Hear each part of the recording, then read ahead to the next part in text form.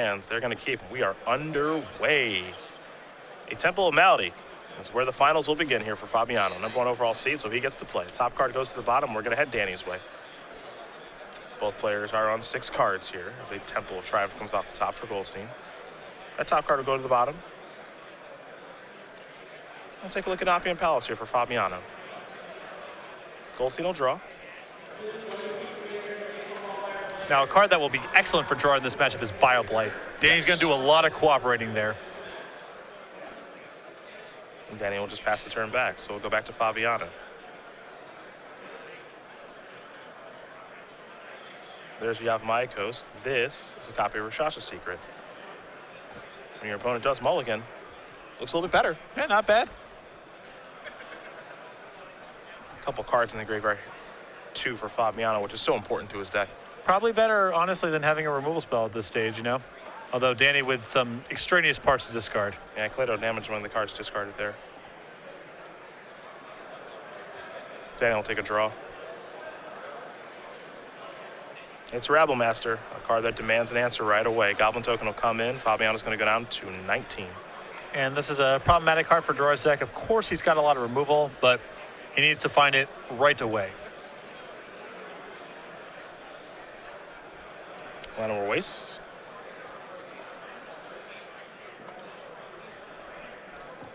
One thing to keep in mind as well is Danny does have copies of Valorous Stance in his deck, so it's important to kill that on the main phase when he's tapped out. Yeah, no reason, again, to get fancy. We've been saying that a lot. So many of these creature decks have tricks to keep them alive.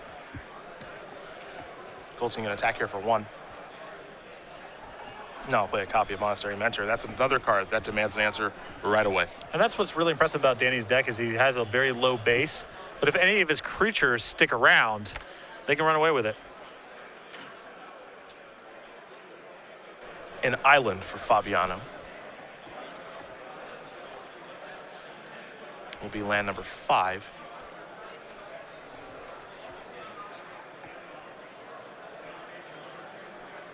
Goldstein will draw a card. It's time to attack. 3 points of damage will come across. And all Danny can do at this point is pass the turn back. Dig through time here for Fabiano. We'll let him look at the top 7 and take 2 with him. And Danny not willing to get too aggressive here, trying to measure his threats, think Corling Outburst in hand, didn't want to deploy in the face of Crux of Fate, Bioblight. But it is giving Gerard some time.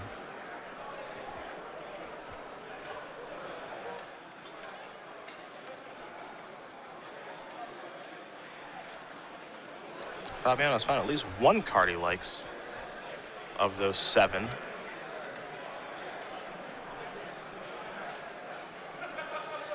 And it looks like he likes an Ugin as well. So done resolving Dig, and we'll take a draw step. This is another matchup where a resolved Ugin is almost certainly going to get it done. Danny does have some burn spells. He can win that way, but it's very tough. Fabiano just going to pass the turn back, it seems. That means Goldstein will have something to do. Perhaps not, just going to pass the turn back. Fair enough. There's a mountain. Now it's time to attack for 3. Now keep in mind, Goldstein does have a copy of Whirling Outburst in his hand that he's actually just refusing to cast at this point. Well, he's worried about Bioblight and Crux of Fate. Yeah. 2 cards that can punish him for it. There's Rashasha's Secret again. Which is actually not bad for Danny, because if he's not casting stuff anyway, then... He's got plenty of cards to discard. Right.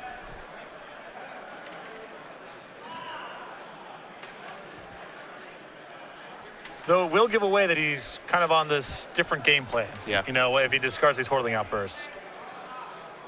He's going to discard 2 of them. Fabiano's going to turn over 2 cards, place them in his graveyard. Secret's done resolving. And that's an indicator. My opponent's got to have good stuff in their hand if they feel they can play the game like this. Yeah. Attack for 3. Fabiano going to draw. Bioblight looks like what he's picked up.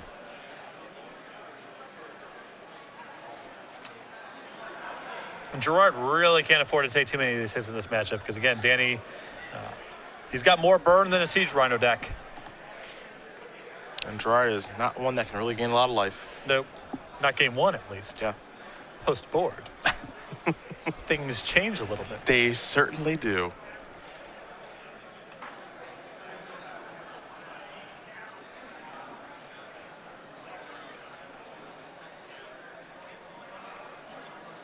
There's a copy of Kiora.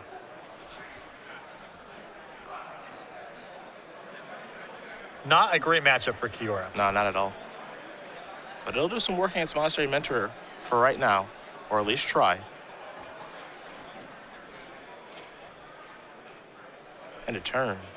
The Lightning Strike's going to go upstairs. That'll bring a Monk along with it. Fabiano going to go down to 6.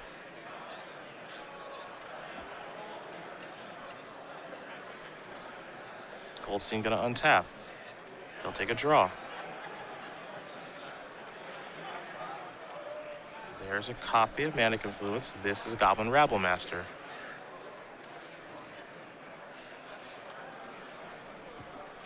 Does he get to make a Goblin just yet is the question.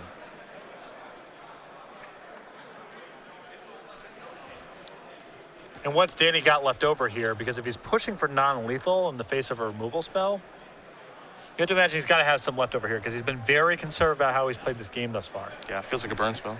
Yeah, it could easily be something like Stoke the Flames, perhaps another Lightning Strike. Stack step.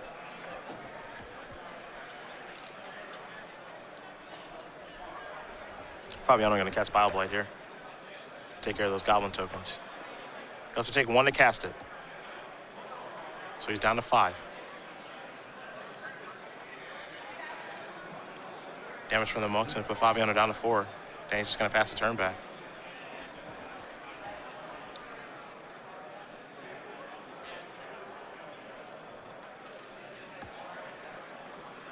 Gerard looks a little frustrated with himself. I mean, he's getting a bit of a reprieve here because he could have died to a lot of stuff last turn. Yeah. Collateral damage, Lightning Strike, Stoke the Flames. Danny didn't have the kill, which means Gerard's still in it, but I don't know if he can stabilize his board. You saw his game plan was to try to get to Ugin. Took that off a dig through time, but he's still 2 lands away. To be fair, it is a card that can close out a game all by itself, but he has not gotten to it.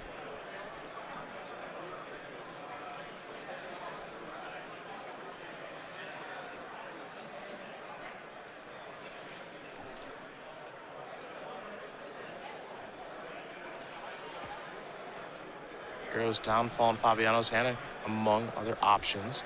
Kiora. Well, we don't know where Kiora's going yet. Yeah, I mean, he might have to time his removal to see if something sticks. Remember, he's playing against a deck with Valorous Charge in it.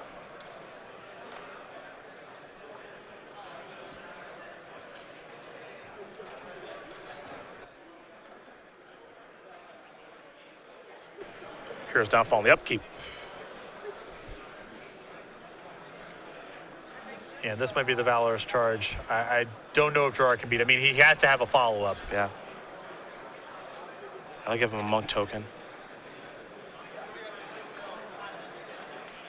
And he is going to have one heck of a follow-up now. It's Hero's Downfall to go after the Rebel Master again. But this knocks Gerard to 2, and there's a prowess trigger on one of the Monks. Take a draw, attack for 2, get the job done. Danny Goldstein's going to win game number 1 here over Gerard Fabiano off the back of a Valorous stance. Rather timely. Red-white aggro up a game here over Sultai Controls. We take a look at the sideboards. We will start with Fabiano, who's going to change some things up quite a bit here. He's got 2 copies of Rakshasa Death Dealer, 2 Feed the Clans, 2 Negates, 2 Farika's Cure, Sultai Charm, a Blueprint World Eater, Silamagar, the Drifting Death, 2 copies of Tasigur, the Golden Fang, a Drowned Sorrow, and a Thoughtseize. So I like just bringing in the creatures in this matchup quite a bit. Maybe not the Death Dealers because it's easy for Danny to kill that, but the other creatures are either very good at blocking, cheap to cast, do a lot of work on the board, what have you. I like all that stuff. The Drowned Sorrow is very good here as well. The Sultai Charm, there's a lot of good monocolor creatures in Danny's deck.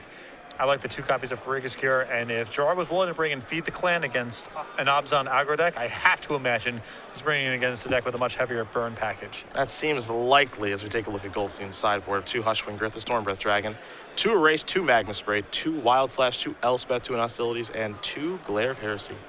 I like the Stormbreath Dragon and maybe the Hushwing Gryphs if Danny is just trying to get some of the burn spells out of his deck that aren't very good, but very light sideboarding here. I don't like him going all the way to Elspeth. I think Gerard's got a big edge if the game goes that long, and there are cards he's bringing in that are particularly good against Elspeth. The rest of these cards are geared towards beating small creature decks or enchantment-based strategies, neither of which applies to Gerard. So I don't like very many cards in Danny's sideboard. I like his game 1 matchup a lot, and I would sideboard very light here. And both players are going to go to the drawing board. Of course, they do have access to each other's deck lists, so they will take a look and decide what is best before getting ready for game number 2. But we're in Washington, D.C. right now. Next weekend, we're in Indy, and Season 1 is certainly underway here for the Open Series. It's really exciting. Next week in Indianapolis, we'll get to see what impact Favorite Forge has had on Legacy. I suspect there will be some. We are off the following weekend for regionals. Then we hit Houston for the first time in Open Series history. LA the weekend after that. Our first 2-day Modern Open Series in Baltimore the following weekend. A Standard Grand Prix in Miami the weekend after that. Dallas, and then 2 weeks after that, the Season 1 Invitational in Richmond, Virginia, with Standard and Legacy as the invitational formats, and a Standard Open Series with a Modern and Legacy IQ. A lot of Magic to be played, and I think we'll see Gerard Fabiano quite a bit of them. Perhaps Danny Goldstein as well. Hopefully we'll see both these players in Indy next weekend. And with any luck, the weather will cooperate. Yes. We're almost out of the thick of it. You know, we get through that. Then we're in Houston and LA in February. Weather will be fine. Then Baltimore really is the last opportunity for something to go wrong. So like right now, I kind of want to trash talk Indy like I did when we were there last year at the beginning of the year, but that was a bad idea. Yeah, don't want to poke the bear. No, so I'm just going to leave it be and just hope that Naptown cooperates. One of my favorite cities, by the way. Lived there for like 4.5, 5 years, so just be nice while I'm there instead of, polar vortexing us again. It would be appreciated. It's a great downtown. It's a great convention city. Working in game design, I've done Gen Con shows there and have obviously covered a lot of events here on behalf of Star City Games, and I like it out there. And we've had a lot of big turnouts, too, for the Open Series there. Yep. So I'm looking forward to that next week. Legacy action there. Tasigur probably going to show up, as you mentioned. That card's got me sold. Yep. And right now, we're going to see if Fabiano can tie things up here against Danny Goldstein. Again, Goldstein really breaking out this tournament with red-white aggro. The only player to make top 8 with it. A lot of people playing it in day 2. Just kind of looks like a normal, straightforward aggro deck, but that doesn't mean it's not good. Well, what's really cool about this deck is you can get some draws that just run people over. Removal spells into Rabble Master. We've seen that package before.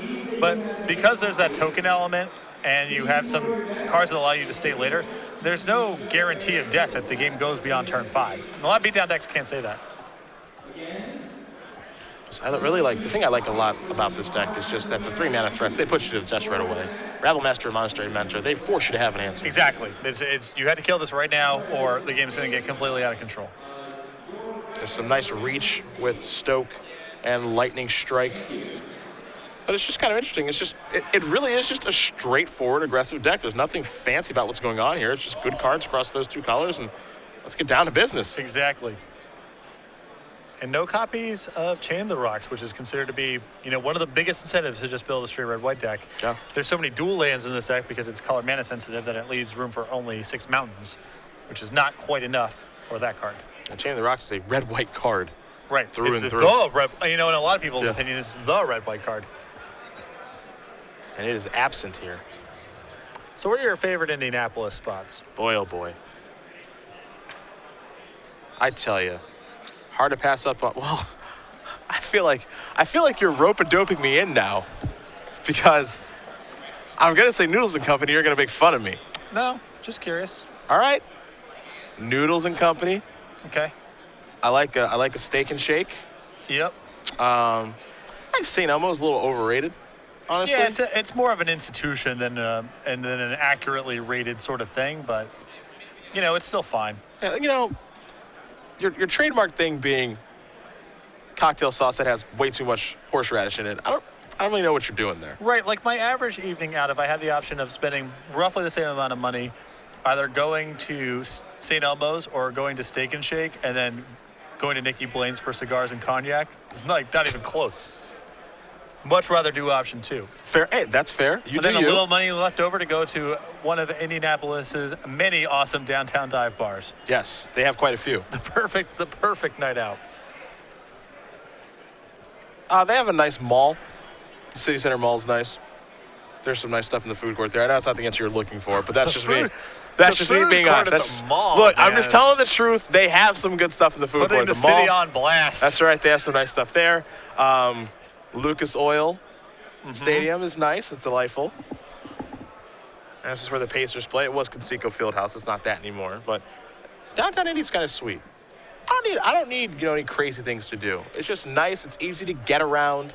If you're one of the people who likes Fogo, they have one of those, but I hate that place. Not a big fan. So doesn't do it for me. There are some nice things to do down there, however. It just felt like home for a while. Right. Honestly. Yep. Also, their convention center is great. It's gigantic and easy to get around. It's a great city to go to a tournament. People who haven't gone and are within the proximity should go. Fabiano going to take a long look at his opening hand. Danny going to do the same. Both players happy. We're underway here in game number 2. Opulent Palace will start things off here for Gerard. A Temple of Triumph on Danny's side. Going to keep that top card on top. An Urborg and a Satyr Wayfinder for Fabiano. Freakus Cure, Saltite Charm, Opulent Palace. Let's make it 2 of those. Opulent Palace will go to the grip, rest will go to the bin. Back to Goldstein we go. And there's a Seeker of the Way. 3 copies of that in Danny's list, and then 1 Soulfire Grandmaster. And now here's a Tasigur. And we've seen this card before. Yep. And it's a pretty good one. There's a Rabble Master. Sure. The Goblin will, of course, be blocked by Tasigur. And the 4/5 is, looks like it might be coming into the red zone. That's a pretty bad sign for Danny if Gerard's already attacking. Hero's Downfall is going to take care of the Rabble Master. And it might be attacking. Well, Gerard happy to pass back.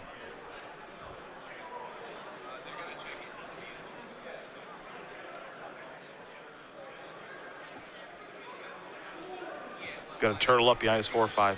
Card advantage engine. There's Valor's Stance. Part of the reason that card's so good.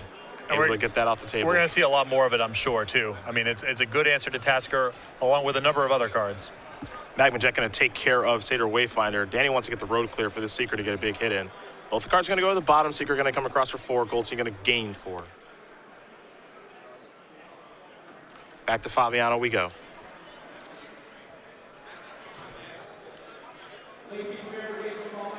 Gerard very quickly tapping 3 mana.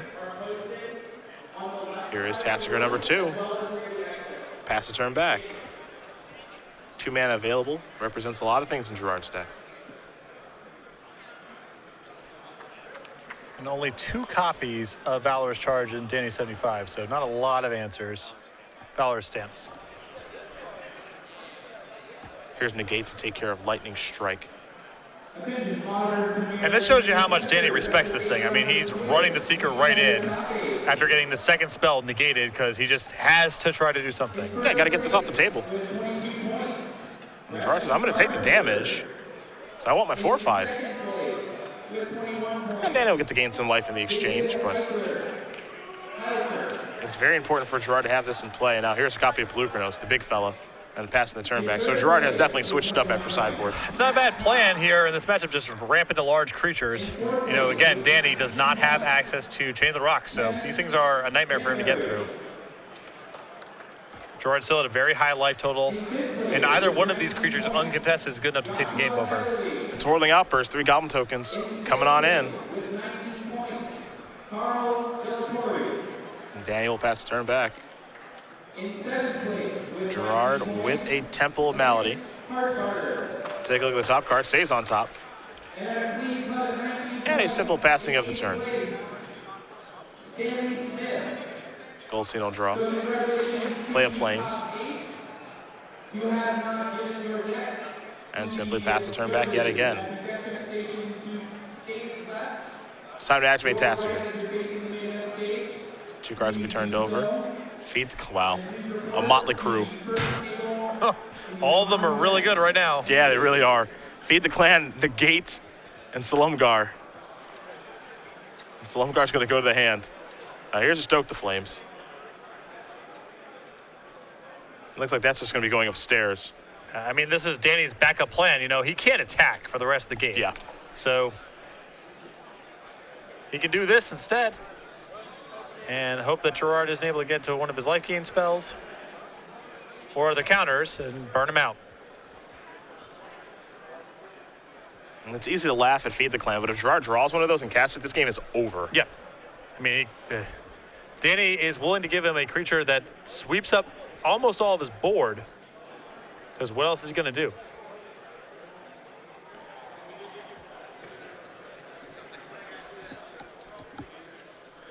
Well, that attack with Pelucanos was pretty aggressive with Danny at 22.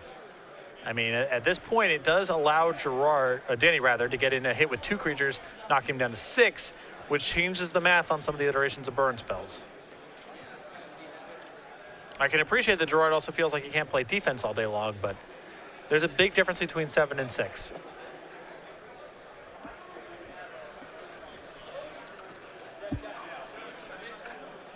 Danny going to try to figure out what he can do now because, well, those Whirling Outburst tokens, they're not going to be around very long.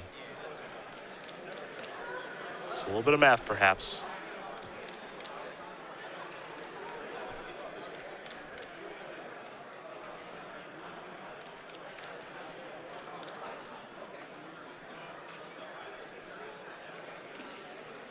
And here they come. Quick blocks. You mentioned down to 6. Fabiano going to untap and draw.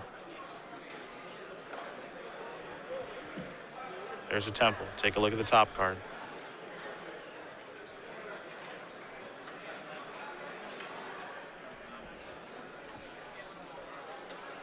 Attackers.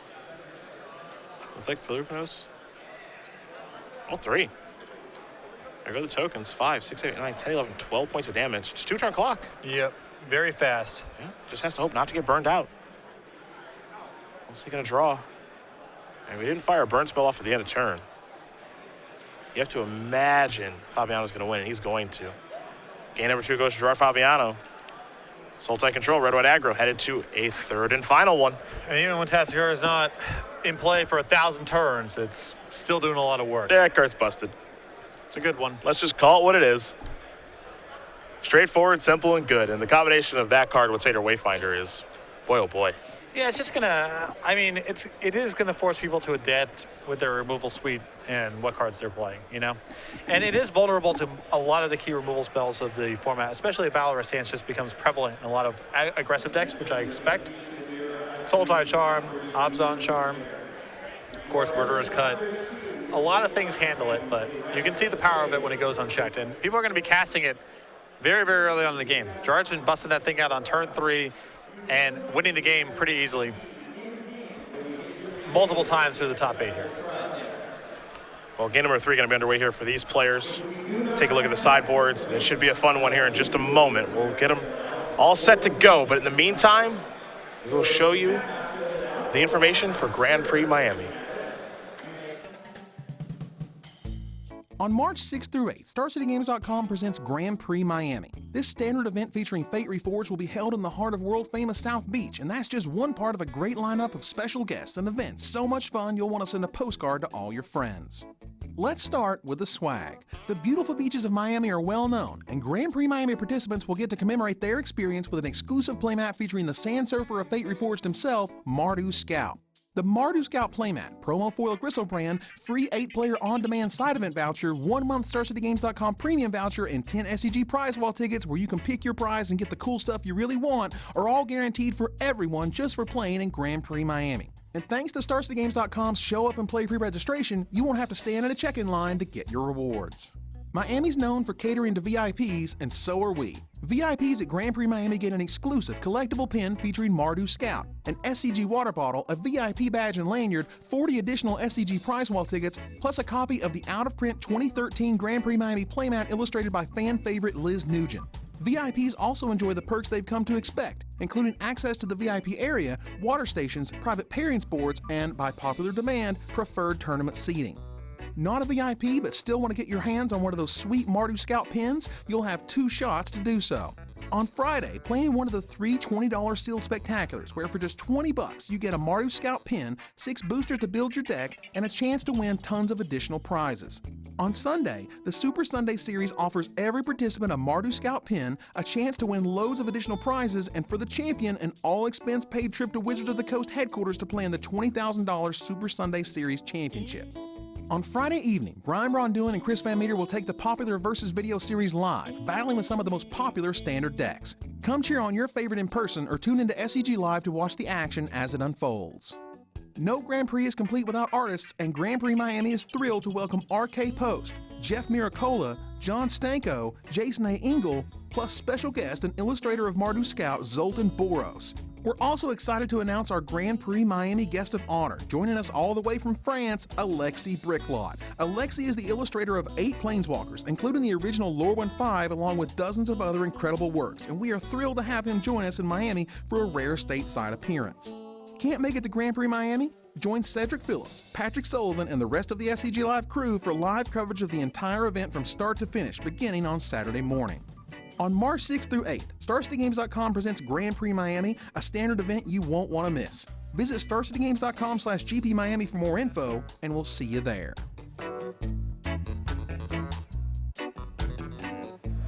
If you're looking for something to do March 6th through the 8th, well, I know where I'll be. And by the looks of things, Standard's going to be a pretty fun format to play. Yeah, it won't be too bad. Won't be too bad. I guess I'm also contractually obligated to be there, but that's neither here or there. See you there. Should be a lot of fun. Yeah, nothing screams enthusiasm like bringing up contractual obligations. I'll see you there. It's going to be a blast. And you know what? You'll be there too. It's true. Miami is sweet. I also have contractual obligations. But again, neither here nor there. Right. It's going to be warm. There's the beach. A lot of things to do in Miami. Yeah, it's sweet. Got some sweet guests of honor, too. It's going to be a really fun tournament. I'm really looking forward to it. Yeah, it's going to be great. I mean, all these Grand Prix are so much fun. Yeah. Finals match here. Last game of our 2-day 20K Standard Open. Danny Goldstein is on the play. Windscarred Crag will start him off at 21. Fabiano, we'll see where he begins. Both players kept their 7. Hopefully it's an entertaining one. Feels like not that long ago when we were trying to remember the name of all 10 of those suckers for Grand Prix Orlando. Oh, gosh. Those were really tough, actually. That was really rough. So that's the part of the job people don't get to see. Right. Is memorizing those cards.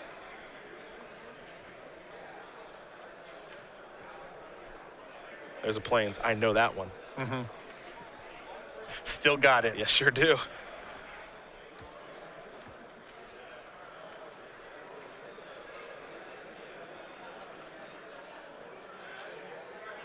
Fortunately, Matthias Hunt is like a steel trap when it comes to card names. Not quite sure how he does it. No. Polluted Delta there for Fabiano, passing a turn. Not a fast start here for Danny, though. A lot of the work gets done starting on turn 3. Yeah, that's where his deck really starts humming. 4 copies of Goblin Realm Master, 4 copies of Monster and Mentor. There is the Rabble Master. And Danny's expecting it to die. Yeah, it's long gone. Freakish Cure is so good in this matchup. I mean, it's a great tempo play. The life gain matters. Kills everything of significance. Now, the one thing to keep in mind here, take a look at Fabiano. Swamp in a Temple, fine start. No blue mana yet, though. His mana's a little all over the place. We don't have an Opulent Palace in play yet either, though it looks like he did just draw one, so that'll certainly help. There's also a Seder Wayfinder there, too. It looks like a hand flush with removal and some land drops. Yeah. Gerard can't ask for a lot more, and, you know, there's not any Planeswalker element to Danny's deck. Really, the only thing that lets him keep his head above water in some sort of protracted game is Outpost Siege. Here is Thoughtseize. Monastery Mentor going to bite Thus. You see Danny's hand. It's not a great one. Stoke the Flames and 3 lands. And he has nothing to really do with this mana. There's no mana dump. There's no conversion. So some of those lands just represent dead draws. Opulent Palace. Kick it back to Danny. Danny will draw. He'll play that Windscarred Crag and simply pass the turn back. If you're Gerard, you are thrilled right now. And there is Seder Wayfinder. And Gerard's got the good elements of Thoughtseize decks, which is there's a lot of cards he just doesn't care about. So he can leave you with the irrelevant stuff, take the little pieces that matter, and leave you very light on resources. And that's exactly what's happening to Danny right now. Fabiano deciding what he wants to take. Look, he's going to go Polluted Delta. Let the Opulent Palace and the other Delta go to the graveyard. Drown in Sorrow as well. Now Gerard deciding what land he wants to play. Does have a temple too, so yeah, lands are not going to be a problem. Play a Delta, pass the turn back. Goldstein can untap and take a draw here. There is a Plains. And all he can do is simply pass it back to Fabiano yet again, dig through time the draw step. And already on the super cheap. Yeah, not tough for him to do at all. Gerard going to sacrifice that Polluted Delta. Go get himself an island. We're used to seeing that kind of velocity in Modern and in Legacy, but in Standard, very rarely have we seen decks constructed like this. There's Temple. Take a look at the top card. Make it the bottom card. Here's an attack for 1. And this is a Plukernos World Eater. 5 toughness, very and very important here. And Gerard has so much 5 toughness in his deck post-board, and that's exactly the point at which Danny can stop handling things efficiently. Here's a Magma Jet. And if it takes 2 cards to get the job done, you couldn't be happier. Under no pressure, resources left in hand, including dig through time. Fabiano will draw. Danny not playing the land, wisely playing around Rakshas's Secret. Ah, yes. He almost put it into play and then hesitated, knowing that the coast was not entirely clear. Dig through time here on the cheap. Fabiano going to figure out what to delve away, what to leave in the graveyard for Icus Cure and Plukernos. We'll take a look at the top 7. And as usual, we'll take 2 with him.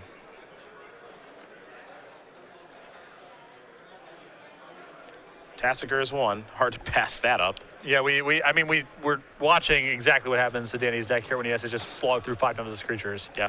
Almost impossible unless he has an advanced board, and Freakish Cure alongside Thoughtseize just took all the wind out of his sails. Sitter Wayfinder in for 1. Fabiano happy to pass the turn back. At a very, very healthy 18. Goldstein will draw. He's going to use something like a Monastery Mentor or Rabble Master right now. There's a Monastery Mentor. At least gives him a shot.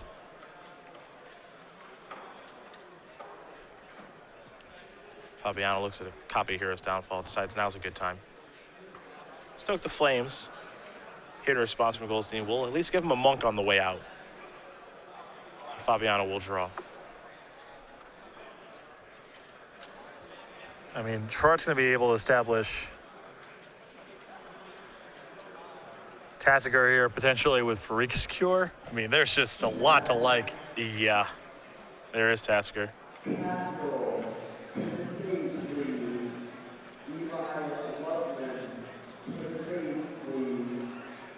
I'll tell you something. You know, we've been watching Gerard.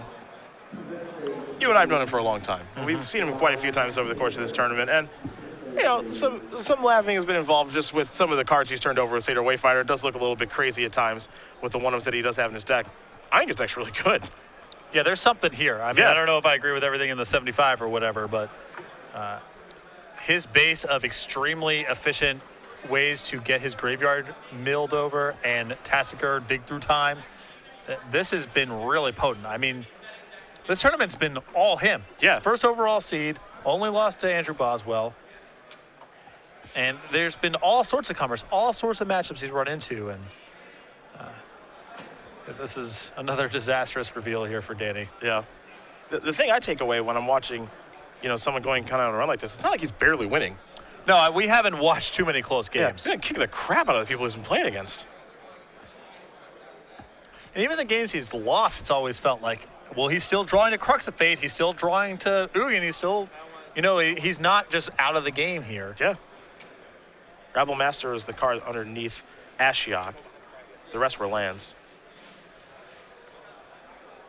And these post-board games here against Danny have just been a shellacking. Yeah. His plan is a pretty good one, which is efficient, large creatures. Tasigur, Pelucranos. Haven't seen Death Dealer show up, but that one would be pretty tough too. Sweet. Yeah, now Gerard has Rabble Master on his side. Goblin Token 2. Getting into the red zone. And it wouldn't be a Gerard signature win without Ashiok somehow being involved in the whole thing. You better believe it. Think about how he beat Reed Duke. Yep, the ultimate. Yeah, in the finals of Worcester last year. He got him with the ultimate, just as you said. Tasker going to keep going to work here. There's a Seder Wayfinder, going to load up the graveyard a little bit more. Bioblight, Wayfinder, Salumgar, Opulent Palace will go to hand. He's found something here. Yeah. I think this is just the beginning of decks built around Tasigur. I gotta agree. This is just the start, and not just standard either. Oh no, I 100% agree.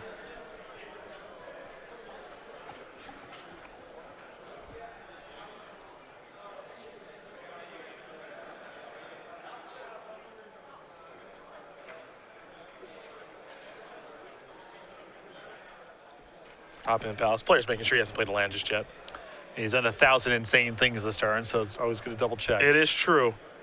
Goldstein going to draw, show some lands, and that is going to do it. Gerard Fabiano, #1 overall seed, number 12 on our Season 1 leaderboard. He is moving up the ranks. Champion here of our Standard Open in Washington, D.C. Congratulations to him. Here's something about Gerard. I've worked with him for Pro Tours back in the day. And I've mentioned this before on the broadcast. Gerard, when new sets came out, when we were working on Pro Tours, he always identified the card that mattered. When we were working for